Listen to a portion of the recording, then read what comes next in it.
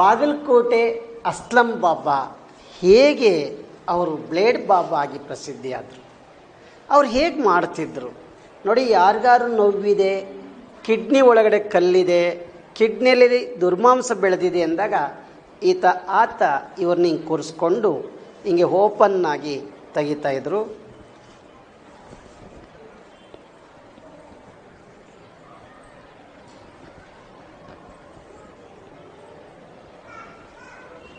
S, ಈ ರೀತಿ ತೆಗಿತಿದ್ದಾಗೇನೆ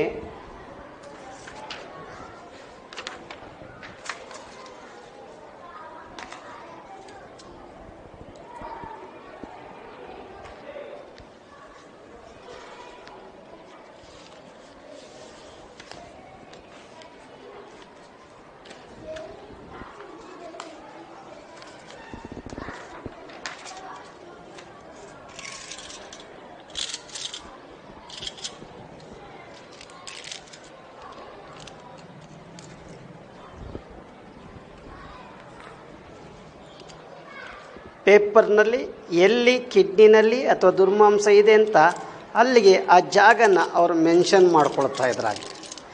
ಯಾವಾಗ ಮೆನ್ಷನ್ ಮಾಡ್ಕೊಳ್ತಿದ್ರು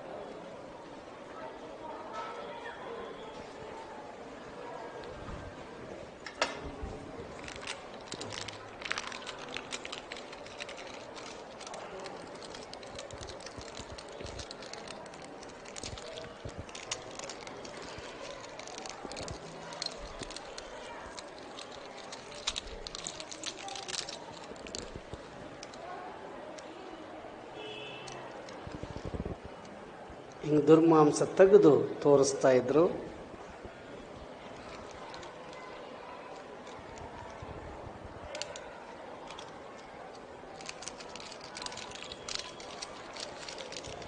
ಹಿಂಗೆಲ್ಲ ಆದಮೇಲೆ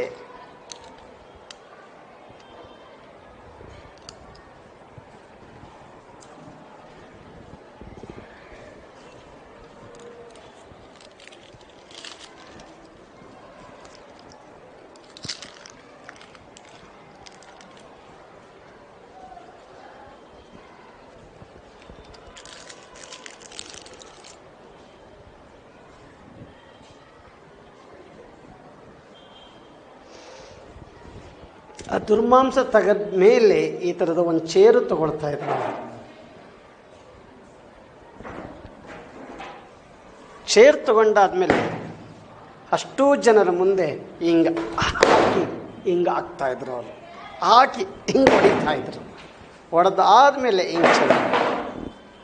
ಸ್ನೇಹಿತರೆ, ನಿಜವಾಗ್ಲೂ ಅಸ್ಲಂ ಬಾಬಾ ಇವರ ದೇಹದಿಂದ ದುರ್ಮಾಂಸವನ್ನು ತೆಗಿಲಿಕ್ಕೆ ಸಾಧ್ಯ ಆಯಿತು? ಇಲ್ಲ. ಆತ ಮೊದಲು ತಾಮ್ರದ ತಗಡನ್ನು ಯಾವ ಜಾಗದಲ್ಲಿ ಅವನು ತೆಗಿಬೇಕು ಅಂತ ಅನಿಸುತ್ತೆ ಆ ಜಾಗದಲ್ಲಿ ಈ ತಾಮ್ರದ ತಗಡನ್ನು ಹಾಕ್ಕೊಳ್ತಾ ಇದ್ದ. ನಂಬರ್ 1.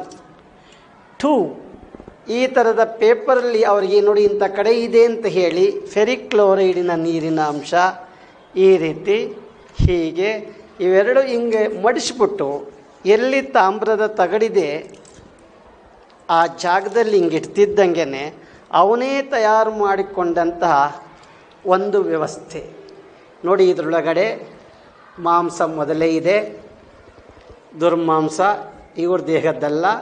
ಇದರೊಳಗಡೆಗೆ ಒಂದಿಷ್ಟು ರಕ್ತದ ಕಣ ಬರಲಿಕ್ಕೆ ರೆಡ್ ಲಿಟ್ಮಸ್ ಆಗ್ತಾನೆ.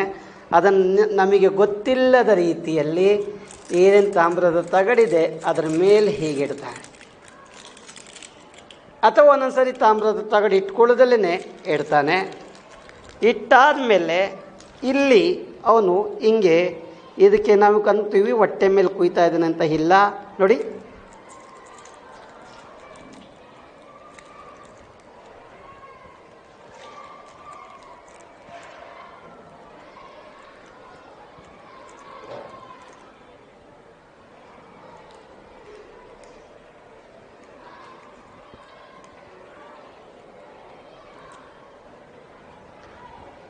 ಈ ರೀತಿ ಅವನೇ ಇಟ್ಟಿದ್ದಂತಹ ಈ ದುರ್ಮಾಂಸವನ್ನು ಜನಗಳ ಮುಂದೆ ತೆಗೆದು ತೋರಿಸ್ತಾನೆ. ಮತ್ತೆ ಹಾಗೆ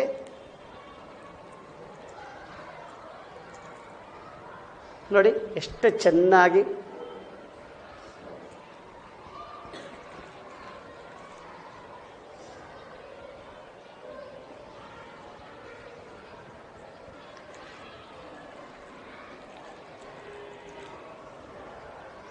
ಎಲ್ಲ ಆದಮೇಲೆ ಕಾಟನ್ ತಗೊಂಡು ಯಥಾಸ್ಥಿತಿಗೆ ಇದನ್ನು ಕ್ಲೀನ್ ಮಾಡ್ತಾನೆ.